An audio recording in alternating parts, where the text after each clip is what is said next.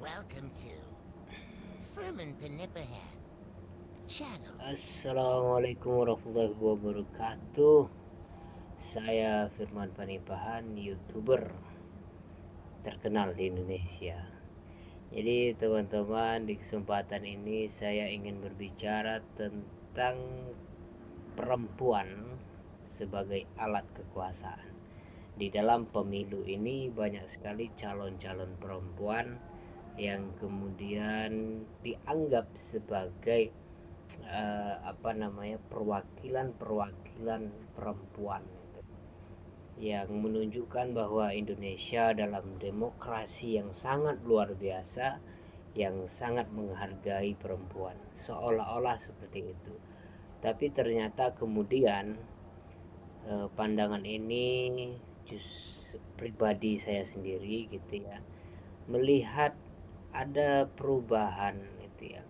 Ternyata kita perlu teliti dan betul-betul cermat melihat bahwa perempuan-perempuan yang diusungkan menjadi pemimpin di negeri kita ini, baik itu di tingkat gubernur ataupun wali kota ataupun bupati kabupaten gitu ya, atau mungkin legislatif dan sebagainya. Tentu ini perlu kita perhatikan kembali, apakah mereka betul-betul maju secara independen dalam pengertian bahwa mereka merdeka sebagai perempuan, ingin menunjukkan ya kesetaraannya kepada dengan laki-laki. Oleh karena itu mari kita simak satu tulisan yang unik, menarik sekali, yang ditulis oleh Anissa Alfat. Dari namanya sepertinya ini adalah perempuan, Anissa ya, Alfat. Jadi dia menulis perempuan sebagai alat kekuasaan. Yaitu kekuasaan dari apa gitu. Di balik pencalonan perempuan oleh partai politik tersembunyi kepentingan lebih besar, yaitu melanggengkan kekuasaan keluarga. Tentu tulisan ini sebenarnya mengarah kepada politik dinasti. Ani kan benar, politik dinasti di Indonesia ini sudah tidak asing lagi bagi kita. Siapa bapak politik dinasti Indonesia di Indonesia ya, pasti kita semua sudah tahu. Tentu saya tidak membaca keseluruhan dari opini yang dituliskan oleh Anissa Alfat ini. Saya hanya mengclose up beberapa bagian yang menurut saya penting untuk diketahui oleh banyak orang, yaitu pertama, barangkali di sini ya, perempuan menjadi topeng dari oligarki politik. Kita sadar bahwa di dalam istilah topeng ini muncul ya, istilah topeng ini paling tidak ada beberapa tokoh yang membicarakan ini.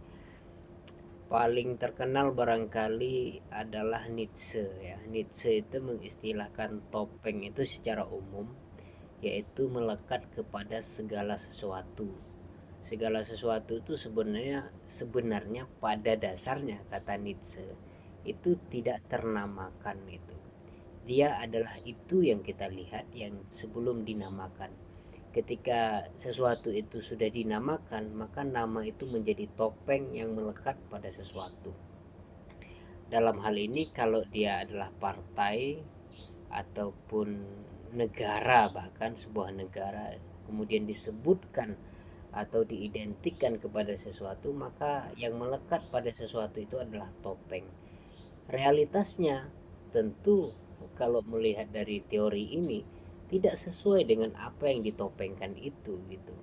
Itulah sejatinya topeng. Topeng itu tampilan yang disusun ya, atau sebuah karya seni yang dibuat oleh seniman untuk menunjukkan realitas sebenarnya, tapi sebenarnya tidak mewakilkan secara keseluruhan sebuah realitas. Agak rumit sebenarnya pembahasan ini, tapi saya upayakan lebih sederhana ya.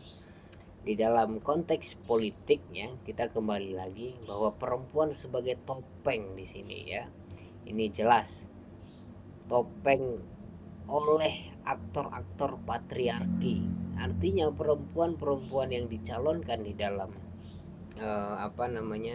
dicalonkan ini yang ditampilkan di media sosial, yang disanjung-sanjung sebagai perwakilan perempuan, ternyata adalah eh, di balik itu ada aktor-aktor patriarki, laki-laki yang mengangkangi perempuan gitu. Jadi kalau kita tahu realitas ini, terus kita mau apa gitu. Bahkan pemimpin laki-laki saja, saya tidak berupaya untuk provokatif ya. Akan tetapi begini, bahkan orang yang kita anggap garang di depan media sosial dan seterusnya itu ya, mengumbar berbagai macam janji dan seterusnya. Kita tahu track recordnya luar biasa, tapi tetap saja dikangkangi oleh cukong-cukong. Bagaimana kemudian seorang perempuan yang dijadikan sebagai topeng di dalam politik oleh patriarki laki-laki gitu ya. Patriarki itu kekuatan laki-laki yang memperbudak perempuan, yang hanya menunjukkan tampilan kecantikan, keindahan, kemolekan, kehalusan suara, kelemah lembutan itu menjadi alat politik untuk menarik suara. Jadi dua kali dikangkangi oleh laki-laki, kemudian dikangkangi oleh pemodal. Kita dua kali dibodohi gitu kan. Dan orang-orang yang memilihnya itu adalah orang yang ketiga dikangkangi. Jadi kita luar biasa itu ya. Itu terkait dengan kangkang mengangkang. Kita lihat lagi poin-poin dari tulisan Anissa ini, masuk pada substansi bahwa dalam jebakan kekuasaan, katanya, dalam jebakan kekuasaan, perempuan dalam jebakan kekuasaan.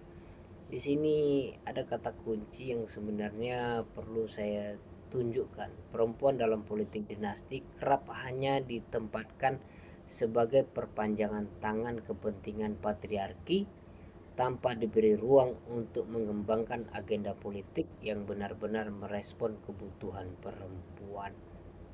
Kita harus hati-hati, guys. Ini sangat luar biasa. Perempuan yang maju di ranah politik harus memilih landasan kompetensi dan agenda yang nyata.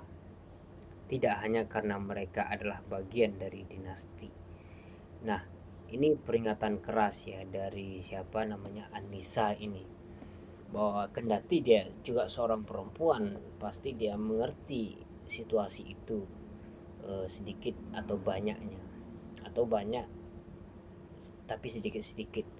Tapi paling tidak dia menggambarkan bahwa memang tidak ada yang murni dari pencalonan perempuan-perempuan, apalagi yang ditampilkan itu bukan bukan bukan latar belakang dari perempuan itu, tapi justru dari make upnya yang sangat bagus atau tampilannya yang sangat relevan, yang kemudian membuat orang hilaf. Itu yang kita khawatirkan.